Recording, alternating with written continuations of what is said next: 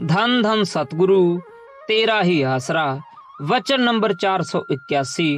पूरा गुरु उसे कहते हैं जो शब्द का भेद देवे और आत्मा को 10वें द्वार से पार लेकर जाए। जो कुछ आपको बताएं उस पर अमल करो तो उस अंदर के आसमान में सुरत चलने लगे। अपनी सुरत को उस प्यारी आवाज में लगाओ जिसे अनहद नाद कहते हैं। जब आसमान के अंदर सुरत चलने लगे तो वहां की सैर करो, तब ऐसी खुशी मिलेगी जिसका वर्णन नहीं किया जा सकता। वचन नंबर 482। फकीर का काम दुनिया की टिक टिक में जिंदा राम का पता बताना है। वचन नंबर 483। अगर कोई एक कदम माया की तरफ बढ़ाता है तो वह सतगुरु से 7 कदम दूर हो जाता है। माया वाले के पास और अकल वाले के पास ना जा, इनका संग सतगुरु से दूर करेगा। वचन नंबर 484। काम विषय का त्याग करने की अंदर सख्त जरूरत है। मोहब्बत होने पर रूहानी कशिश अपने आप प्रकट हो जाती है। विषय के सुख छोड़कर यदि मालिक की तरफ लगाता है तो फिर मालिक मिल जाता है और भक्त के विचारों को विषय विकारों से दूर कर देता है। वचन नंबर 485। जो पराई औरत की तरफ तवज्जो देता है वह निरंकार के दरबार से खत्म हो जाता है। औरत का स्वरूप नरकों में ले जाता है। काम की थोड़ी सी बू आने पर स्वरूप खत्म हो जाता है। जिथे काम है उथे नाम नहीं, जिथे नाम है उथे काम नहीं। नाम का मजा वो लेवे जो औरत से बचे। विचार करें भजन की दुश्मन औरत है। हर वक्त चौकस रहो, रास्ते में भी सुमरण करते रहें जिससे काल का वार ना होगा। वचन नंबर 486। असी तुमको तब साफ समझें जैसे दूर से बीबी आती है और इधर से तुम जा रहे हो। पहले तो मन में जब पास से गुजरती है तो मन टेढ़ी आंख से देख लेता है कि कैसी है। ये मन अपना रस ले लेता है। इसको देखने से क्या मतलब? जब ये टेढ़ी आंख से देखना छोड़ दे तो समझें कि तुम्हारा मन काम के बारे में साफ है। वचन नंबर 487। जो निंदा मुर्शिद के शिष्य की होती है वह एक तोहफा है। निंदा में बहुत गुण हैं। क्या गुण है? नाम का खजाना तो तिजोरी में रखा होता है, बाकी रहे पाप उनको निंदक ले जाते हैं। वह भार से हल्का हो जाता है, पक्का हो जाता है, मजबूत हो जाता है। मालिक की तरफ जाने पर प्यार पैदा हो जाता है। इसके अंदर से दिल बोलता है सिर जावे लेकिन एक दफा जरूर साहिब को देखूंगा। वह बोलता है कि निंदको मेरे को शौक परमेश्वर को देखने का है। चाहे कुछ भी हो जाए परमेश्वर के साथ एक दफा जरूर मिलूंगा। वचन नंबर 488। अपने आप को पूर्ण रूप से मुर्शिद को अर्पण कर चुके परमपिता शाह सतनाम सिंह जी महाराज को पूज्य मस्ताना जी ने सन 1959 में भादो मास की 24 तारीख को अपना मकान गिराकर डेरे लाने का हुक्म फरमाया। परमपिता शाह सतनाम सिंह जी महाराज ने सतगुरु जी का इलाही हुक्म मानकर तुरंत गांव श्री जलाल आना साहिब में जाकर मकान गिराना शुरू कर दिया। पूजनीय माता आस कौर जी भी अपने इकलौते लड़के में अलौकिक शक्ति के रूप गुण देख अपना अहो भाग्या मानकर मकान तोड़ने में साथ देने लगी। अगले दिन मस्ताना जी महाराज ने कुछ सेवादारों को डेरा सच्चा सौदा सरसा से मकान गिराने में परम पिताजी का साथ देने के लिए गांव श्री जलाल आना साहिब भेजते समय फरमाया, धन धन सतगुरु तेरा ही आसरा का नारा लगाकर मकान गिरा देना। सेवादार हुक्मानुसार बस पकड़ने सरसा शहर की ओर पैदल चल पड़े। अभी वह 1 किलोमीटर दूर मेला ग्राउंड तक ही पहुंचे थे कि सभी सेवादारों को शहंशाह जी ने संदेश भेजकर वापिस डेरे बुलवा लिया। सेवकों को साईं जी ने फिर फरमाया, तुम मकान गिराकर सारा सामान यहाँ डेरे में ले आओ। सेवकों को भेजकर आप जी डेरे में डिग्गी के पास पानी से भरे टब में स्नान करने लगे।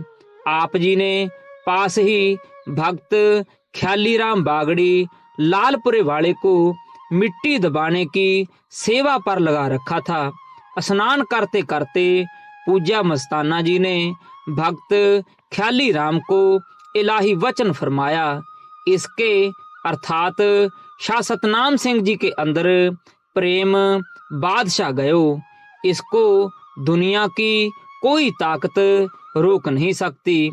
जैसे किसी भैंस की कीमत 2000 रुपए हुए और धनी उसकी कीमत 2100 रुपया चुका दे तो भैंस उसकी हो जाती है, चाहे उसे कहीं ले जाए। वचन नंबर 489।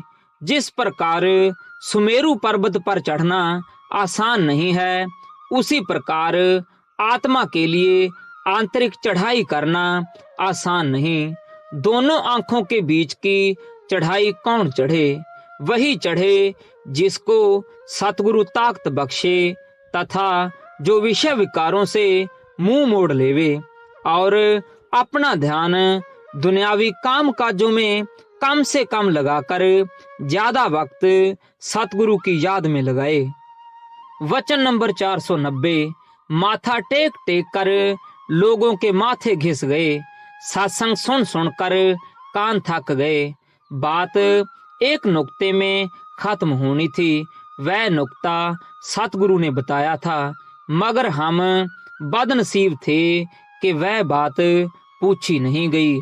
तुम अपने मन में सोचो कि तुमने क्या बनाया। मन में कपट और ठगी बनाकर रखी। जब वह दिन तुमको याद आएगा तब बहुत पछताना पड़ेगा। वचन नंबर 491। सारी उम्र खाने पीने में दांत घिस गए, तुम्हारे पल्ले कुछ ना पड़ा। रास्तों लेती हैं इंद्रियां और 5 चोर, तुम सूने के सूने रह गए। बढ़ाई निंदा में तुमको क्या मिला, तुम बिल्कुल खाली हो गए। लोग चोरों की निंदा भी करते हैं और बड़ाई भी। इसका क्या अर्थ हुआ? यदि कोई गुस्सा करता है तो लोग उसकी निंदा करते हैं, कहते हैं कि क्रोधी है, तो वह क्रोध की निंदा हुई। किसी ने अहंकार किया, लोगों ने कहा कि बड़ा अहंकारी है, तो यह अहंकार की निंदा हुई। अगर अच्छा काम किया तो लोगों ने वाह वाह किया। वह यश किसका हुआ? हमारा हुआ, उसी अहंकार का हुआ और तुम्हारे पल्ले कुछ ना पड़ा। सभी को शर्म करनी चाहिए और क्यों ना सुमरन करके सुख का आनंद लें। साथ ही अपने वास्ते साहिब का भजन भी इकट्ठा करके ले चलें। वचन नंबर 492। सतगुरु एक इंसानी चोले में आया है, सभी उसे पहचानो, अंधे ना बनो। अंधी दुनिया ऐसे खप खप मर गई और सच्चे मालिक को पहचान ना पाई।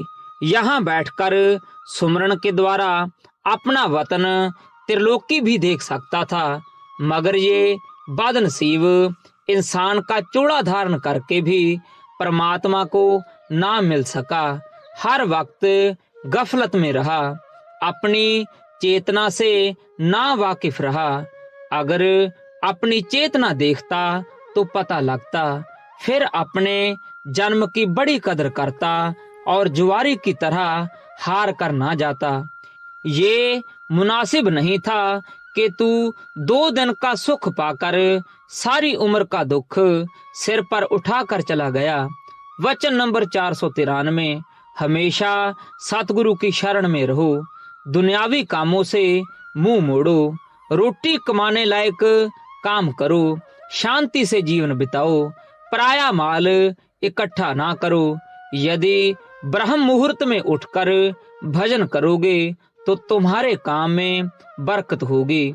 वचन नंबर 494, इंसान का तन घोड़े के समान है, तूने इसे खूब खिलाया, फिर इसकी सवारी की तथा चाबुक मार मार कर अपना मतलब पूरा किया। अब इस तन रूपी घोड़े की खातिरदारी में ही लगा ना रह।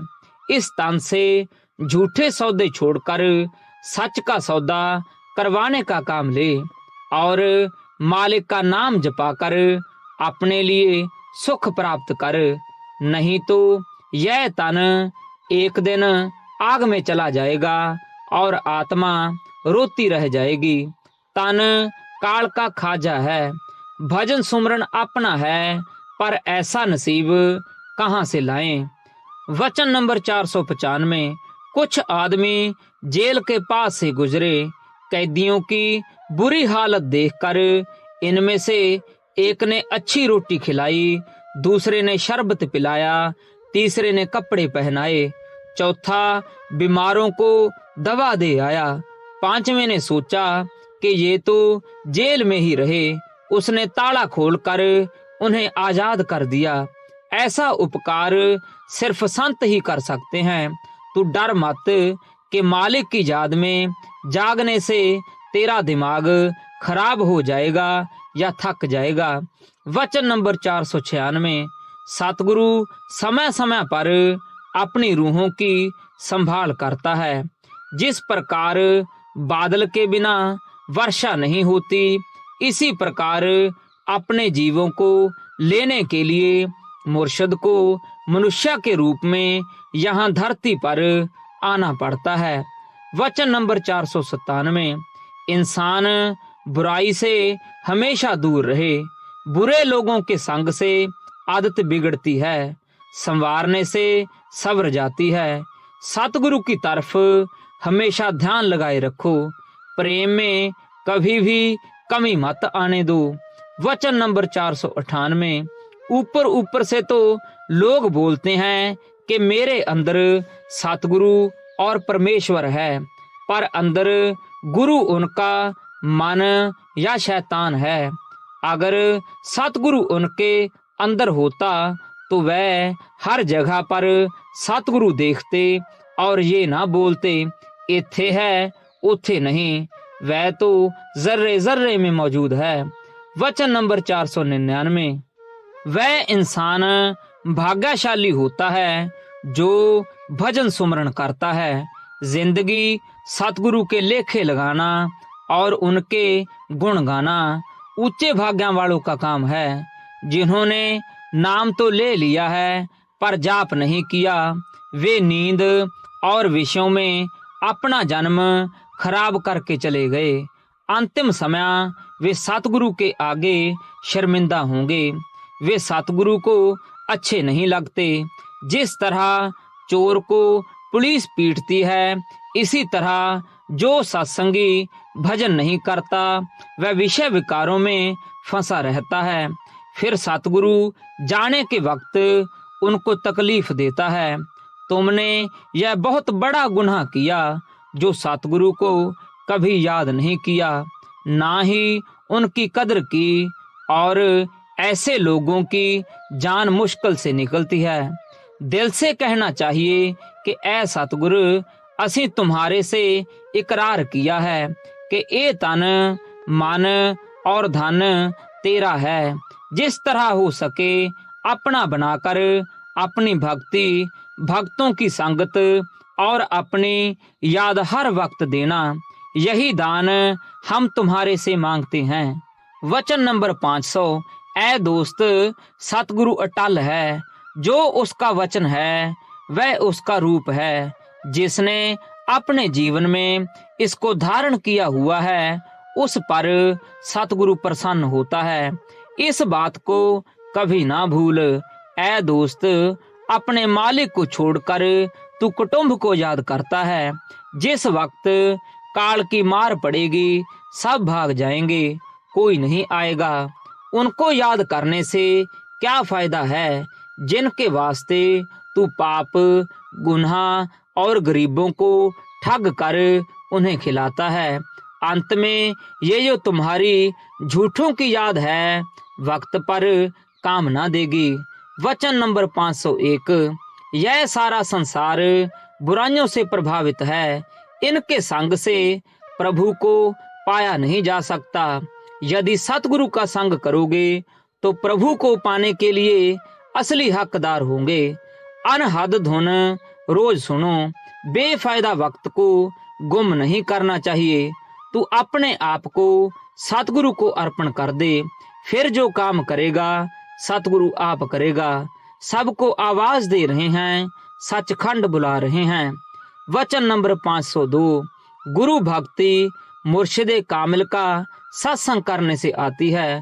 अगर रूह गुरु की आशिक है तो गुरु भी उसको भुलाता नहीं है। बगैर कामिल फकीर के इश्क कमाने का बल नहीं आ सकता।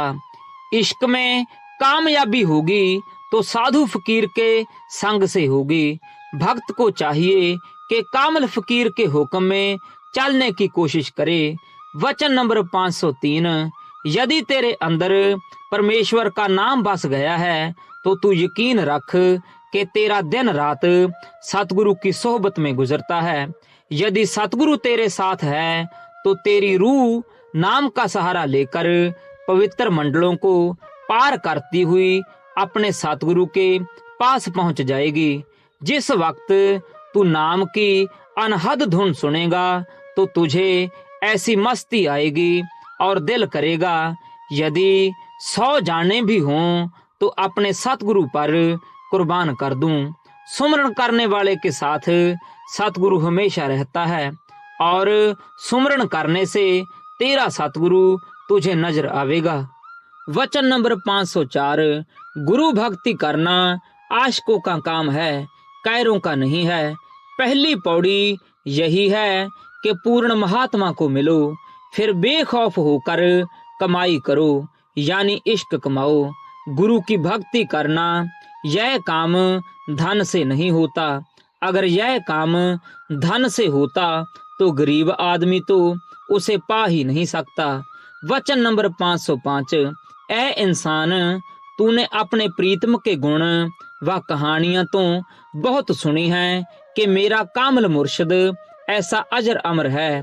जिस वक्त तू अपने सतगुरु का दर्शन अंदर से करेगा तो तुम्हें इस मिट्टी की देह का पता लगेगा और लाख करोड़ गुण सतगुरु के ज्यादा नजर आवेंगे जो बयान से बाहर हैं और जिसकी रोशनी चांद और सूरज पा रहे हैं।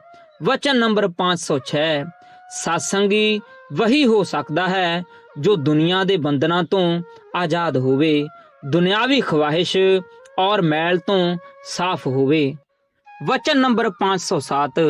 बुल्ले शाह कहते हैं कि मालिक जब भी धरती पर आया संत पीर पैगंबर के रूप में आदमी का चोला धार कर आया। वह रूहों की सेवा करने वास्ते आता है तो ये ही भगवान है, और जो भक्ति नहीं करता उनको वह मालिक देखता भी नहीं, क्योंकि अमल की बात चली आई है। जो मालिक की भक्ति करता है उनके पीछे मालिक आदमी के रूप में उन्हें ताने मेहने देकर खूब पक्का करता है। जब वह पक्का होता है और मालिक की तरफ से सच्चा होता है तो मालिक ही आदमी का रूप बनकर उनकी सेवा में आ खड़ा होता है। धन धन सतगुरु तेरा ही आसरा।